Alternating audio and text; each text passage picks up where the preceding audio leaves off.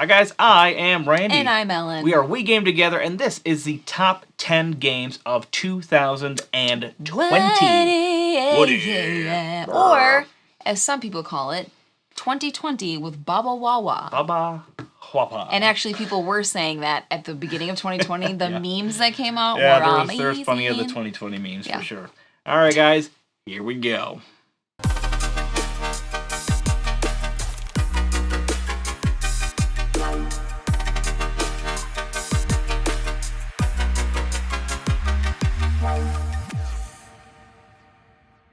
So the year 2020 has been pretty crappy for a lot of people, right? It's been horrible. But good thing we've had all of these lovely games to play. Yeah. And I think it has been a solid year for board gaming. I honestly don't think 2020 in all its glory has made the board game world suffer like hardly at all. Yeah, I thought it was to be affected a little bit more. Obviously, there's been delays for Kickstarters and all those kind of logistical things. Yeah. But as far as like designs and stuff that came out, I think they've all been, the ones that we played at least have been quite solid. Definitely. On my list, I have about 4 of the ones we played that were just like immediate. No, there's no way they're gonna make the top 10. I had 7 that I'm like, these are got to be on the list somewhere. Yeah. And then the whole rest of that was the hardest part for me. Yeah. And how many 2020 games did we actually play in the end? 25. 25. Actually, we'll do something a little bit different here. I'm actually going to give you guys all 25 games that we played in 2020. I think 25 is a pretty respectable number. It's not as much as maybe, the folks at Dice Tower proper. Well, you know what? You know what? I think we did pretty good. I think so too. So I'm going to give you the quick list here. On Mars, Oceans, Viscounts, Search for Planet X, Sorcerer City, Pan Am, Castles of Tuscany, Moonrakers, Truffle Shuffle, Traintopia, Top Gun strategy game, Raiders of the Scythia, Mariposas, Santa Monica, Fort Tekhenu, Calico, Tidal Blades, My City, New York Zoo, The Crew, English release, Smartphone Inc., U.S. release, Hall of the Mountain King, Clinic Deluxe, which is the actual only official U.S. release, and Isle of Cats, which I think was like the last week of December, but... Was it? Okay. I mean, by the time we had done our 2019 list, there was no way they were getting this played. Yeah. So I'm considering that a 2020 game. I think people will probably maybe be back and forth on that one. Yeah, totally. So 25 games is pretty good when you got 4 kids, and it's the middle of a pandemic. And you're basically only gaming with your spouse. Yeah, right, right. That was interesting. Yeah.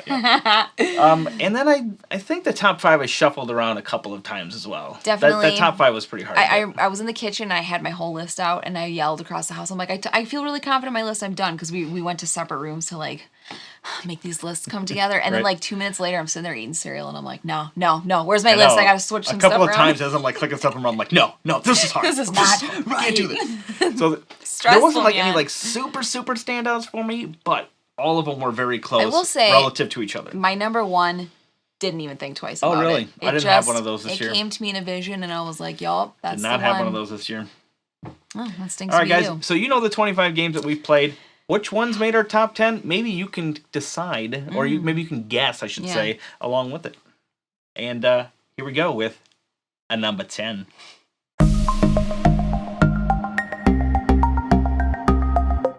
All right, we're starting off with number 10, the lowest of the list, but I'm telling you, good stuff. Yeah. Mine, New York Zoo. I thought this one would be a little bit higher on your list, actually, because you loved it a lot. I did. It's a super cute game. But it's. I mean, I generally like heavier games, and so some of the lighter games are going to fall a little bit lower on my list in general. Okay, that's fair. It's definitely not like my favorite polyomino game, but I love polyomino games. And you're very good at them. So good, sweetheart. So New York Zoo is kind of gets to feel a little bit of Barren Park just because of the polyominoes and the animals and stuff, but they are 2 different games. Yeah. So you're acquiring these polyominoes and animals as you're moving your elephant around the board, and you're placing them. First person to place everything wins. It's basically a race. Yep. But as you place stuff out and fill in your pens with animals, then you get amusement parks that help you fill in some of those extra gaps. The earlier you do it, the bigger the amusement parks are. Yeah. You can breed animals and they multiply. You can move animals around. So if you have 4 in a pen, you can actually kind of move them from one pen to another with certain actions. And then you have 2 and 2. So now you can like multiply. You can when you when you do the reproduction, you can do multiples and breed stuff. The breeding, action. right? And just lots of extra little strategies. As I was playing halfway through the game, I'm like, yeah, this is good. I thought that was really cool too. When you put land down or like a pen, you can actually, like you were already saying, is move 2 animals from another pen into that one. Yeah. So if you don't have some like an animal on reserve, you can just shift them around on the board. I think that was really cool. And we played with our 7-year. How the heck old is Jack? 8. He's 8 now. We played with our 8-year-old. He picked it up. He didn't win, No, but he could be pretty competitive. Yeah, so. that's I think it's going to fit as a pretty good family, maybe a family plus game. Yeah. Also, I did want to say too, because you were mentioning that you get an amusement park to fill in the spot. Yes. But there's actually only 2. I'm just being picky right now. 2 roller coaster tiles, and the rest are like one of them's 8 places. Well, no, one of them's 8. Oh, sure. Yeah, there's one of them's 8, one of them's stands. 6. So it's not really amusement parks. It's attractions. I think. Yeah, attractions. Yeah. That's the word. I knew it was gonna What's your come. number 10, Ellen? I'm dying to know. My number 10 is Search for Planet X. Oh, it did make your list. It made my list, and I was surprised that it did because I don't like deduction, and this is the purest form of deduction. Yeah, it's pretty. Yeah, it's process of elimination, kind of a Sudoku kind of a feel almost. It does feel kind of like mathy. Maybe isn't the right word, but super duper calculaty. Almost You're like if this is here, then this is here. Okay, very funny, but it's cool because you can play alongside with an app. And based on what you want to do on your turn, you can click punch in what you want to do, and that will give you information that you can then add to your pad. And you're constantly collecting information as everyone goes around to find Planet X. Yeah. But the win condition is not just that you find the planet itself, but you have to know the 2 surrounding things. So you can't just stab guess at things. Yeah, exactly. And playing the advanced board is definitely the recommended way. Play the beginner board at the beginning, obviously, but the advanced board is where it really shines. Less luck involved because you can get some pretty lucky draws on the basic one. Right.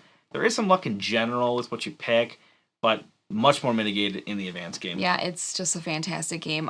Good choice. Thank you. We've played it twice, and I loved it both times. Well, the first time I was a little bit like, wait, what? Yeah, I played it a few times now, but yeah so good. Yeah, that's my number 10, y'all. All right.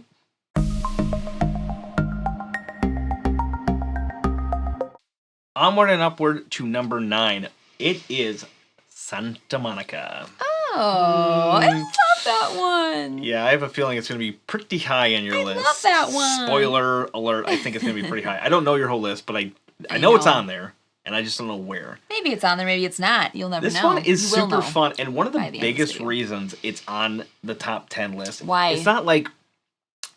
I mean, I like the game a lot, but it's not like maybe my most enjoyed game as far as gameplay goes, but the total package is what really makes this hit my list. So good. It is so cute, really. All the cards that come out. You did say cute a lot during the game. I was like, with all the cards, it's a complete boardwalk beach feel.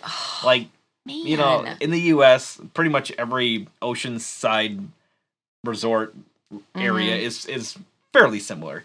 It has the names. It has all the little souvenir shops, the $5 T-shirt shops, and the restaurants and stuff. But it has some locals. It has some visitors, and the locals. They're sometimes the local shops. They want to make sure there's nothing touristy around. Yeah, it's a clever as you're little collecting game. these things.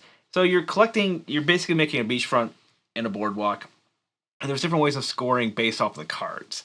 And it'll say, well, you score for things around this. You score for your VIP visiting these certain tag locations. You get points for this little beach volleyball area if people are there at the end of the game.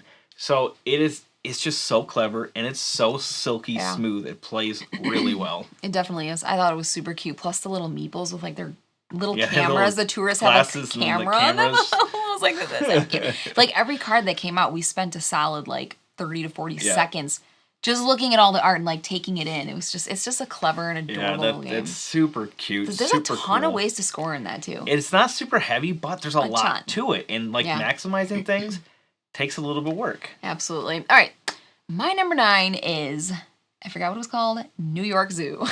Oh, New York Zoo. Yeah, really? I know. Dang, I'm surprised at your list so far. You are surprised. I'm wondering why you're so surprised. Because you don't like really polyomino games either. What is up with this list? You know what? I'm blaming it on 2020. Right. It's a weird year. It's a weird list. It's, bizarro. It bizarro is. List Maybe I'm here. just opening my heart more. Right, it's a New York polyomino Zoo. game, Excellent. which I'm terrible at.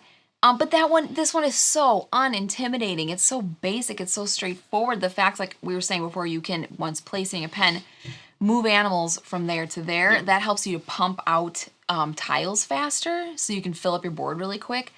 It just has a really good flow to it. It's fun to look ahead to what's about to breed, so you can purposely plan on what animals you're going to be putting in your pen. I just think it's so clever. Yep. I picture myself playing it often, and honestly, one more thing, I feel like it could beat out Barren Park for me.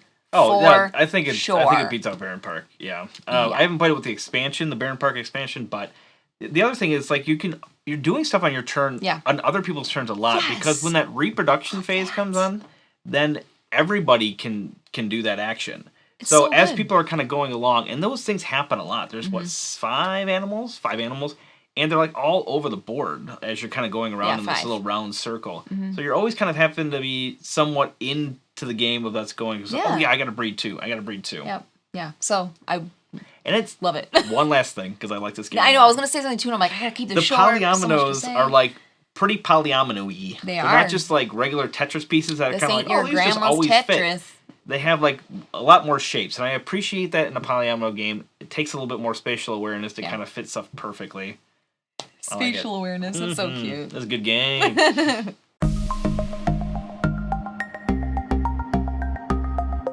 Moving on to number 8, mine is Sorcerer City. Okay. Yeah, it was going to make the list somewhere. For you, I definitely knew it would. Yep. Yeah, real-time greatness. I love real-time games. So this one has a whole bunch of tiles, and you have like 4 districts, I think they call them, and they're different colors. And what you're trying to do is basically get groups of colors or lines of colors, depending on the scoring tile of that tile that you happen to be placing. So there'll be ones that are like, oh, your longest line. One of them would be like your longest snake. Otherwise it'll be like a straight line, horizontal or vertical, or different ways of scoring. And you pull them off one by one, and you have to place them in your city. But on top of that, you're going to start getting monsters. And these monsters have different effects. Like you'll put one out, and then you have to like get rid of something, or you have to like cover something, and now your chain is broken. Right. And then there'll be other monsters and things that you can do that kind of like kill a monster. That is devastating when you finally like ramp up and your little city is looking amazing. Then all of a sudden a monster comes out and completely breaks off like a chunk that and it's real time. So heck? Is it a timer? Or is there an app with this one? I can't remember. Yeah, there is an app. Otherwise, there's a timer as well. But yeah, the app is great because there's like difficulty levels too. Basically, it's just how much time it gives you. Yep. Super neat stuff. And then you have like a buying phase. You can purchase more tiles into your deck. Yeah. And once you get towards the end of the game, because you're going to do this over a few rounds, I don't remember how many exactly, but over a number of rounds, and you probably aren't going to get through your entire stack at some point in the game because you're going to have a big old stack. Yeah. So at that point, you don't want to be like too big because then you're not getting like the really high scoring tiles or like the combos, because you can combo these scoring tiles a lot too. Like you can double them up and things. This one's really good. It's a cool game. My number 8 is My City.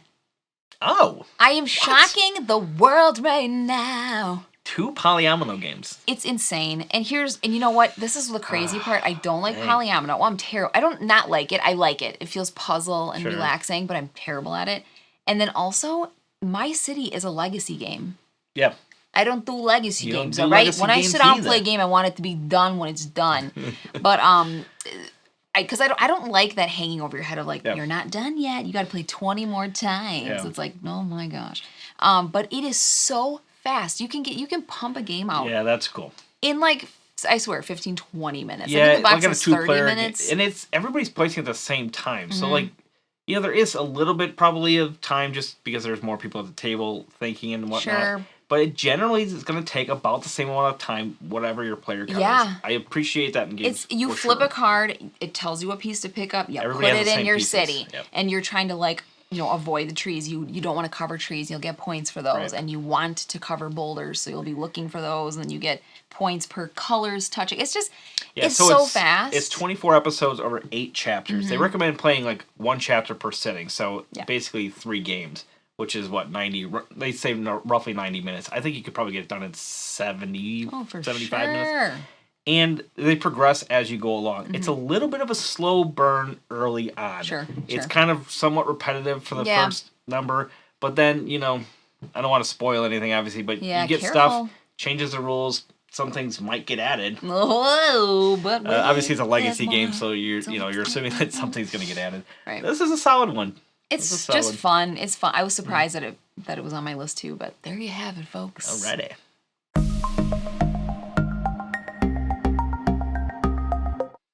Moving right along, we are at number 7. My number 7, I thought was going to be a little bit higher on my list, but it kind of just ended up falling down here a little bit farther than I thought it would. Because there were so many other good ones, Yeah, shoving it out of the way. Pretty much.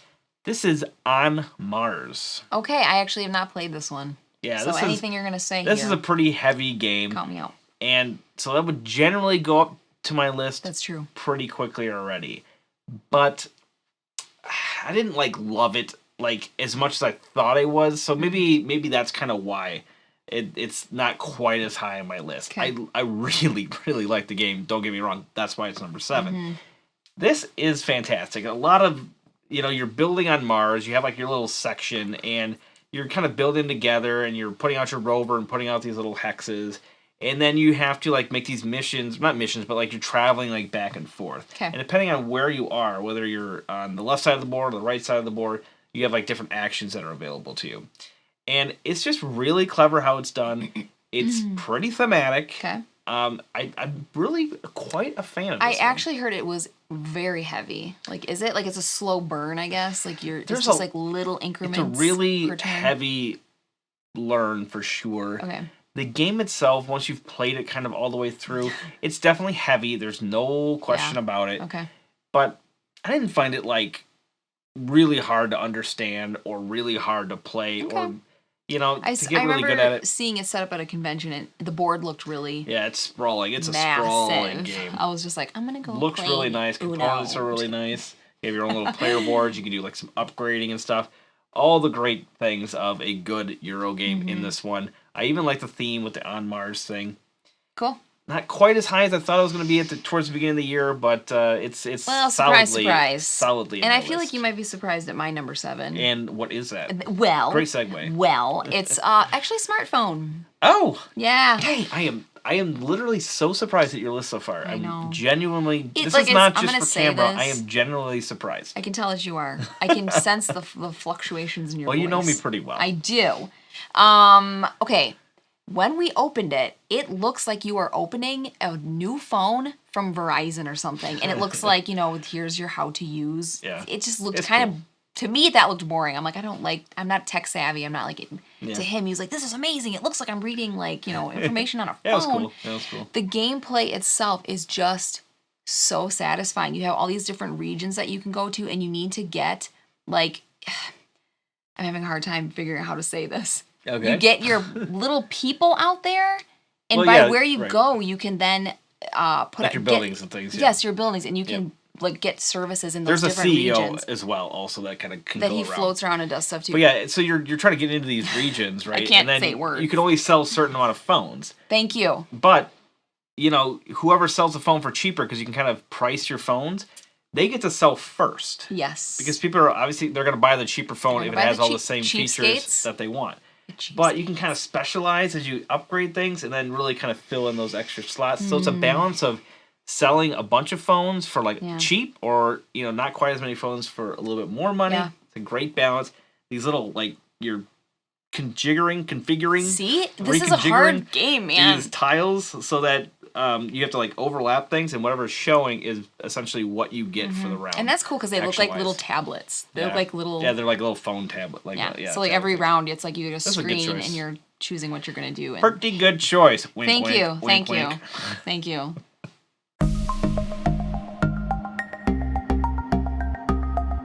All right, we arrive at number 6, which is the top one of the bottom 5.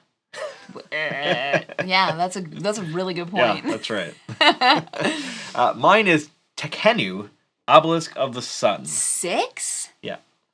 What? Son, I thought you were going to be way up higher on it. Really? Yeah, you loved that one. I really did like it.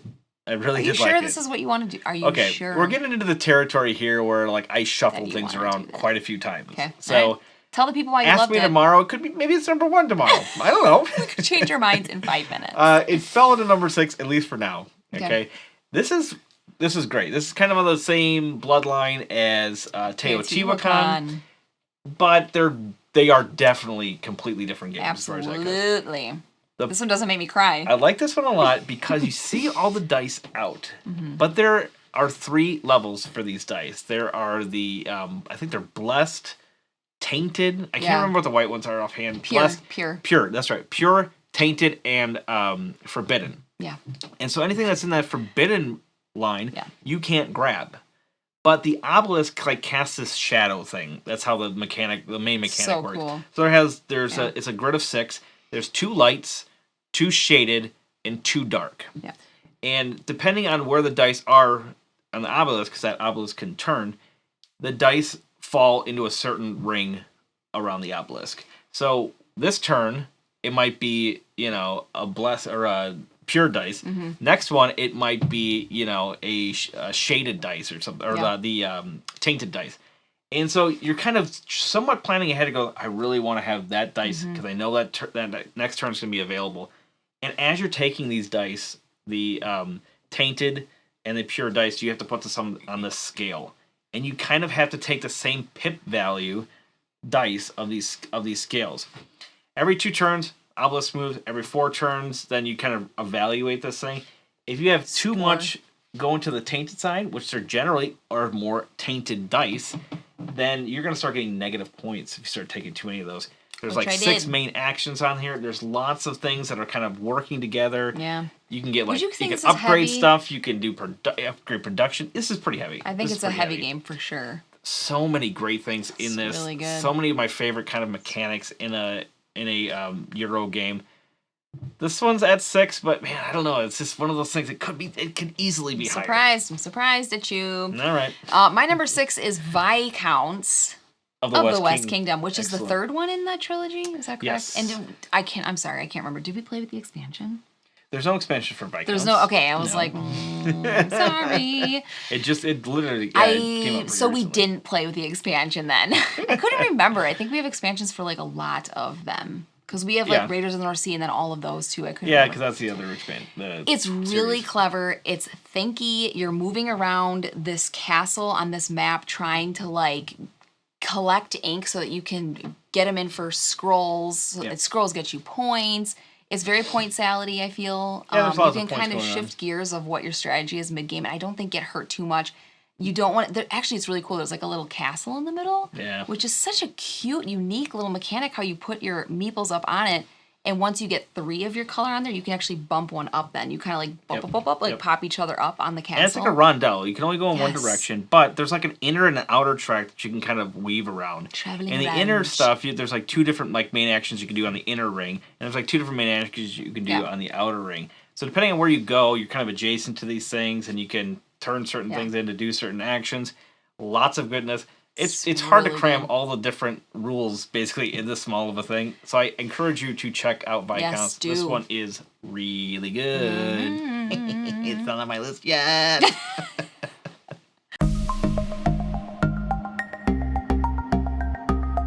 All right, we've gotten to the top 5. These are the great games. The greats of 2020. Or they're about the same as my 6. Or you literally can't telling decide. you, I'm serious. My top 5 probably could be interchanged. I was hearing, come on, from the computer. I was literally going, what? For 15 minutes because he could not decide. That game's going to go there. No, I can't put 2. Yeah. Had a good 2020 game, y'all. This one is in the Hall of the Mountain King. Which I have not played.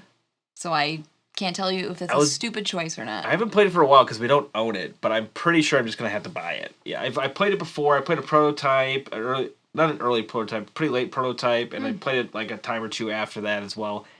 And I didn't even know that. Refreshing this list and looking back at it, I'm like, this is so good. Why don't I own this? I forgot about it. I don't know. It's Would I love this game? Yeah, I think you would. Why don't we...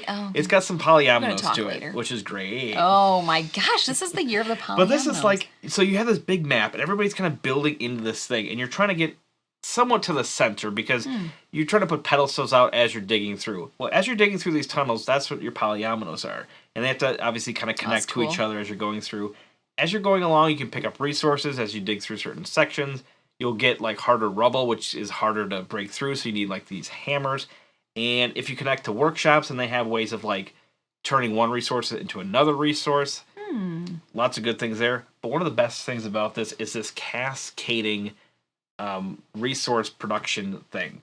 So they're trolls. things. So you can draft these trolls from like a little area, and you put them on your board, and you start with 4 spaces. And as you kind of cascade up into a pyramid, if you activate like the top one, everything below that that's chained also produces. Wow. Yeah, so like at the beginning, you're only producing kind of individuals. Sounds then you're like super unique. a pot of 3. If you build the entire pyramid, one production like activates like everything. Oh, that's so cool. Super Does it cool. recharge right away once you... It's like you have to like take that action and that. But yeah, it's super cool how it works. I would like to try that. You need to get that this for one's me, super please. neat. This one's super neat. Definitely check this one out. I've never really heard anybody quite talking about it. I literally didn't know what it was until you're like, you put it on our list of like games to choose from 2020. This is I'm like, great, what the though. heck is that? Get it. All right, my number 5 is Santa Monica. Okay, I always think of Monaco. I always think I of thought the you were gonna racing. say Santa Maria. I'm like, Santa Maria. I almost did for a second too. I almost Santa said Monica. about 5 All right. different things. We already kind of talked about This it, is so actually I a don't little need to go bit into detail. lower on your list than I thought it would be. Yeah, you know what? I truly love it. Was to the point. I loved it so much. I like posted about it, and I'm like, I just want to be at the beach. Like, The feels are it's so cool. Thematic. Yeah. It's so thematic. All the way down to like the art on the cards, the names of the shops, And how they score, like not being next to things like it's and that. just so good. There's even like one card where there's a shark, and so you don't want people around it. Yeah, So like, you you can't have really want to people by like put it out of the way where all your people are. Yes. And then the one thing I loved about it was at the end, I'm like, I'm gonna have so many negative points because I can't get all my people to the spaces they need to be at, but actually you get like one last movement, and depending on the color, you get to move like a certain amount. Yep. So at the end, all of a sudden, everybody filled up their spaces, and like Yeah, I don't know if kind I of like a big I don't push. think As long I as you won, get pretty but close and like you get that automatic it was movement. Super cool. it was a joy to play. Yeah, it this was a one's really joy good. to This play. one's definitely really good. AEG, I'll tell you right now, AEG Come on, hit it come on. out to park Out this year. the park. There was at least 3 Out that of I had it. consideration from AEG on this list this year. Dang. Dang.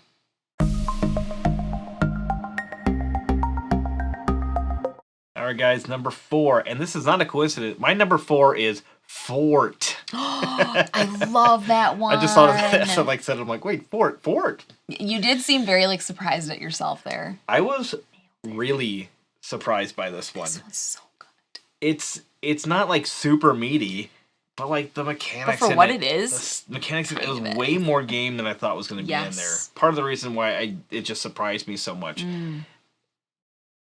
Good. What? It's good. I like it a lot. Oh my goodness. Yeah. So as you're playing these cards, you only play one card, and it has to do with like you have these different suits. And as you play a card, these cards can get like multiplied by having more suits. So more skateboards or glue or squirt guns. These are like the different suits in the game. So stinking cute. It's all about getting pizza, toys, making forts, and making best friends. That's all. Yeah. That's the theme it's of just it. a really cool theme, and it's done really well as far as that goes.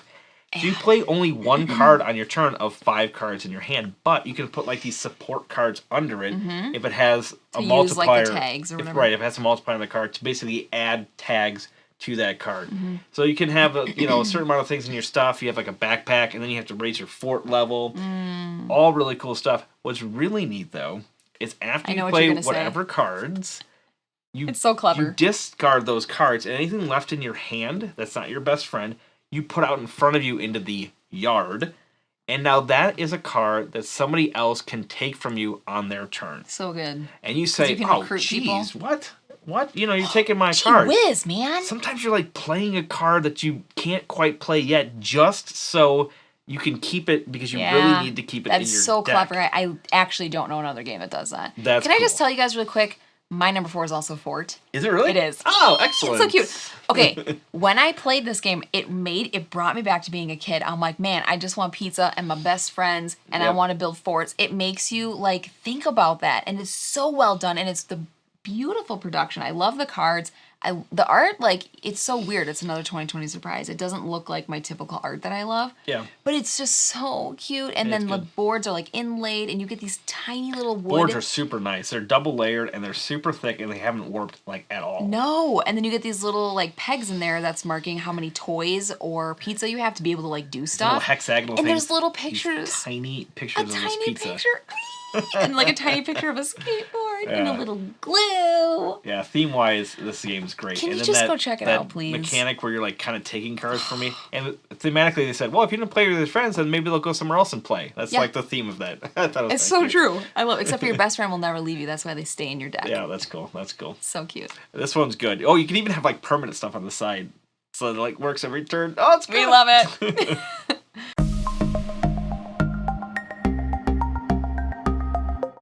We are in to the top 3. We've cracked it. It's here. It's ready. It's one we've talked about. It's Smartphone Inc. Oh. Yeah. Well, so we generally talked about it quite a bit. Yeah. But I wanted to expand did. on the technologies on the bottom. Thank you, because I did a really bad job of explaining. I forgot. So the technologies, you can build towards technologies, which is cool. And you can also build towards, increasing your infrastructure. So that's part of when you get these certain tiles, when you're flipping those tablets around, you can put these little like progress tokens on them. And once you finish them, you get that technology. Now your phone has, LTE, 4G or something. And yes, it's not 5G. They didn't upgrade it for the, for the US release. But anyway, it's 4G. It's it's got like gamepad type thing. It's got all these different ways of scoring those. Also, not scoring them, but there's different tiles. So like as they come out, they give you a different benefit. Okay. That's what I'm trying to get to. This is really hard to explain. I know. I was trying to get to it. Why? Gives you a different benefit. So there's all sorts of things you can tap in there. Golly. Expansion for it's pretty neat as well. It kind of more or less I think comes with it now. And you're going in there, and then that's how you expand and sell. You're able to sell more phones to these different areas. It also has this 2-player board with the new edition because it did not play well at 2 before. The board was just too big. Yeah. But it is a viable play at 2 now, especially when you definitely in that board. This one's really good. It's a really good game. This is really good. Okay, so my number, we're in 3. 3 is Tekhenu. I will say, okay, Why? I know, I knew, because I was not very happy while we were playing. I was legit ticked, but I was able to step back after and be like, okay, that was really cool, and I see where I made my mistakes. It's rare that after I play a game, I'm just thinking so much about like what I could have done different. I usually when I'm done, I'm like, yeah, I vibed it great, love it, I'll play it again someday. But this one, I was like actively doing turns in my head a day later. We already kind of talked about it, but I really did like, one thing that I thought was really cool is when you were going to start a new round, you put, I forget what the cards are called, but they have the little symbols on them. And it's like... Oh, the Ankh? The Ankh cards, yeah. So you pick it, you get like a special ability for that round. And then if your number is higher or lower, depending, then you get like first place. I think it's first player. Well, it's like breaks tiebreakers, yeah. Okay. So like it's because you're gonna have a lot of ties on that little track that's their balance track. Yeah. Yes. So I thought that was really cool, just being able to like pick a new special ability per round and whatever. There's just, like in each little section's like its own little thing. There's like that happiness tracker. So which I did and terrible it's got at. a population and happiness. So your population, your happiness can't go past your population. So you have to kind of like incrementally. Increase them. Yeah, along and the getting board. those up gets you cards that you can use like during the game. So it's really powerful, but I totally neglected it. Yeah, it'll give you like access to more cards at the bottom, and the higher those ranks are, the more like end game scoring cards come out for you that you could choose from. Didn't I win this? And the technologies and stuff. Didn't I win this game? Did you? No. Did you? Oh yeah, you did. I won. You won by like 10 points or so. Yeah. Yeah, this is. Whoa! I like it even more. Now that it's my number one game. Number one. I forgot that I won, and I was tipped. Yeah. See, that's how much I liked it. That's. This one's really good. I'm a sore loser, right? Really back off.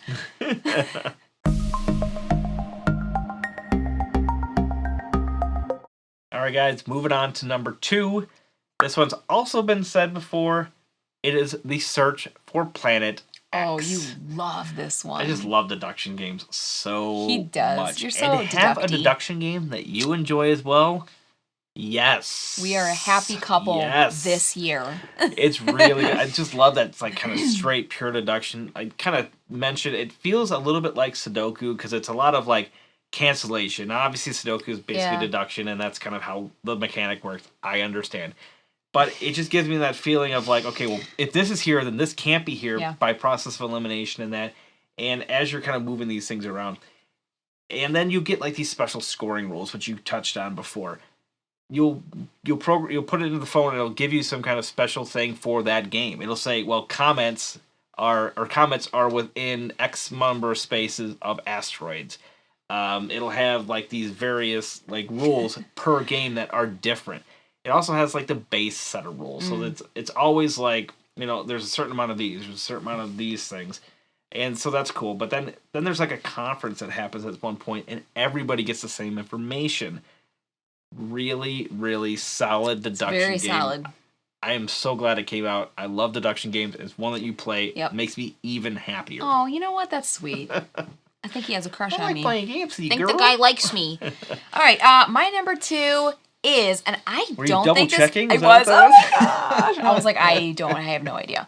Okay, I don't think this is gonna make your list. I guess. Okay. It is Moonrakers. Moonrakers. Is it going to be number game. 1? I don't know. I don't think so. Not for you. It is a negotiation type game. Yeah. You have a spaceship, and there's a couple of main boards, and what you're doing is you're choosing a contract. You bring that contract to the middle, and you decide if you would like other people to come on this mission with you to try to win the contract. But in doing so, you need to negotiate who's getting what. Like, hey, I'll come in with you and try to beat that card because I have these cards. I can help you win. But I get one of those prestige, which is a point. And the cool thing is, you're only getting to 10 points. That's it. You're just getting 10 points. The first one there wins. It's like a race. But you can kind of go negative on the points as well. Yes. So along with those missions, you have to roll like these danger dice. So and you can block danger dice if you get like a certain amount of hits with them with shields. But if you don't, you go back down. Yeah. And it is kind of that, they're really high up. So like, well, we definitely don't want to take him on this mission. But sometimes you're like, you really want to get this mission done. Yeah. I need your help. And you know what? That to me showed me that I really enjoy negotiation games. I didn't even know until I played that. I think that was it's the deck first building. one. It's deck building. It's the primary. I'm sorry. Mechanic, Yes, it is. But I think that's what's so cool about it. Yeah, negotiation is a major part of it, but it's not like the main mechanic. No. Deck building is the main mechanic. Yep. And as you're playing cards, you have to have like these reactor cards to be able to play even more cards. Exactly. You don't just play the 5 cards in front of you. Nope. And then some cards like put more cards in your hand, and it's kind of this like. You can kind of build up your spaceship. You're not going to be able to do these big ones because you just flat out aren't going to have enough cards to necessarily play them. But it is cool because you can hire crew into your deck and you can hire parts onto your spaceship. Honestly, and those guys, help you. This one is really dang good. I will spoil that it did not make my list, but it was super high up there. I like the negotiation. I like to be more in control of my ultimate fate. And this one is a little bit of it's not a king-making situation, but it is kind of like that, everybody's kind of like, well, they're kind of leaving you out somewhat because they don't want you to win if you're higher. Which when you're Randy, it happens. It's not a problem with the game whatsoever. I think that's one of the cool parts about it, but it's not like my favorite thing about it. And that's why it did not make the top 10. Okay, all right. I'm a little sad. But it's really good and you should play it. Go check it out. It's so fun. This is good.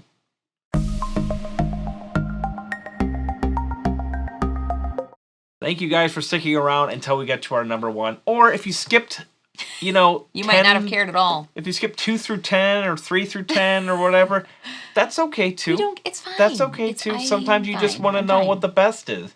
The best of the best.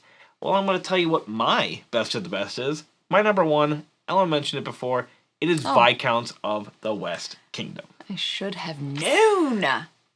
I don't know, man. Everything that Shem Phillips has been putting out, that guy's killing it. And Garfield Games has been I really enjoy it. Raiders of Scythia didn't make the list because it's kind of more of a re-implement of North Sea. Sure. I'm classifying it as a possibility, but it was a little bit too similar to Raiders to be considered as like the top of this year. So that's kind of why that. I agree with that. But Architects, Raiders, Circadians.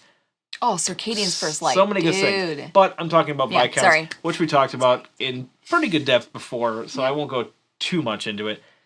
It's really fun. Yeah. You can build out buildings and do stuff. It's just fun. Oh, it's cool. It's cool. You get like different resources, and then those resources help you do all these different actions. Yeah. There's like a little bit of set collection in there. The castle mechanic is just so clever. Like, there's nothing like that I know of. Yeah, as you do the castle, you go up on this thing and you can score points and get resources. Yeah. But as you get too many people in that castle, they split off into other parts of the castle. But eventually, if you get so many on there, you like can automatically get almost like to the top, and that's where you get a lot of climbing points up on each other like a That's bunch really of cool. zombies like in That's World War super Z. cool. I like it. Okay, my number one, and you were kind of freaking out because you're like, "What is it?" And I'm like, Because "I you were can't saying believe it that didn't make your it didn't make my list." list, and I'm like I feel like maybe my list will be invalidated after you say this. No, like I it forgot won't something. because you just told people why it won't. Oh. My number one is Raiders of Scythia. Oh, okay. Okay, can I just tell you a Well, story? you really like Raiders of the North Once Sea upon as a well. time, I love Raiders of the North Sea, and I actually got a little bit bored with it. And yes, we have both expansions. By the way, I think if I had to choose expansion, I would choose Hall of Heroes. Yeah, because if I had to choose, that has like the meat and stuff. yeah, I just like that. I like the Jarls on that one, but like The Jarls yeah, tick me off too much, right? Yeah.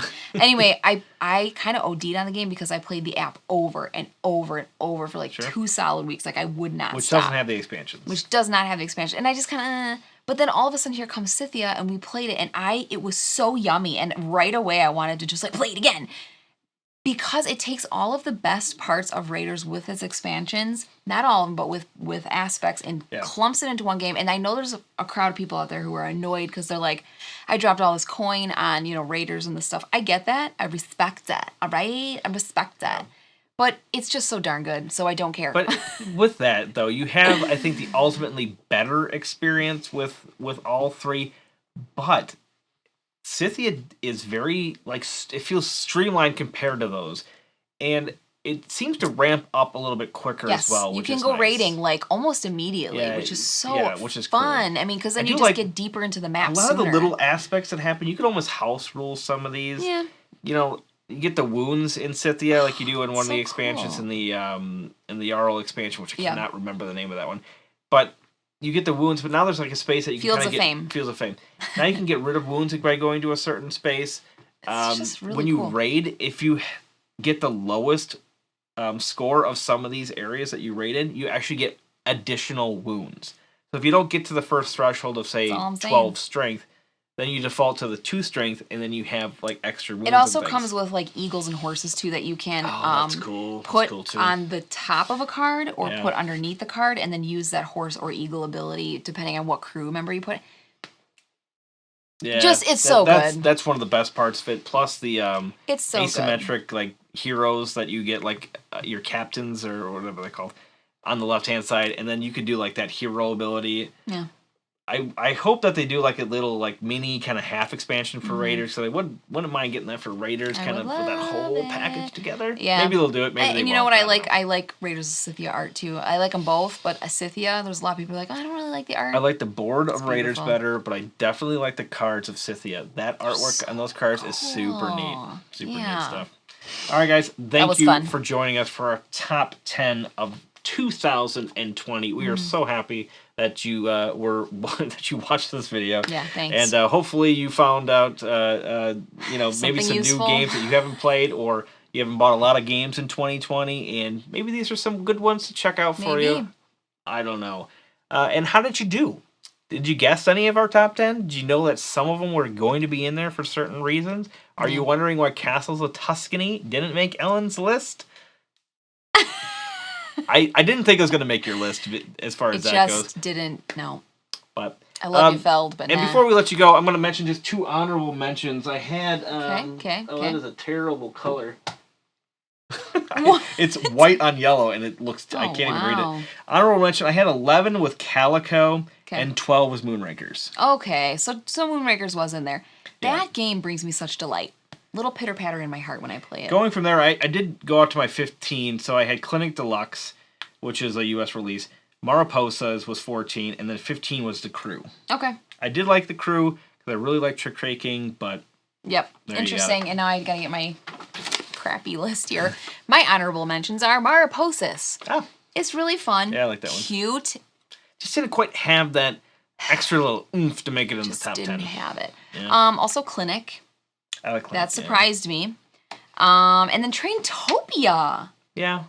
Traintopia was lower on my list for sure. Okay, I don't like train games. I really enjoyed it, but...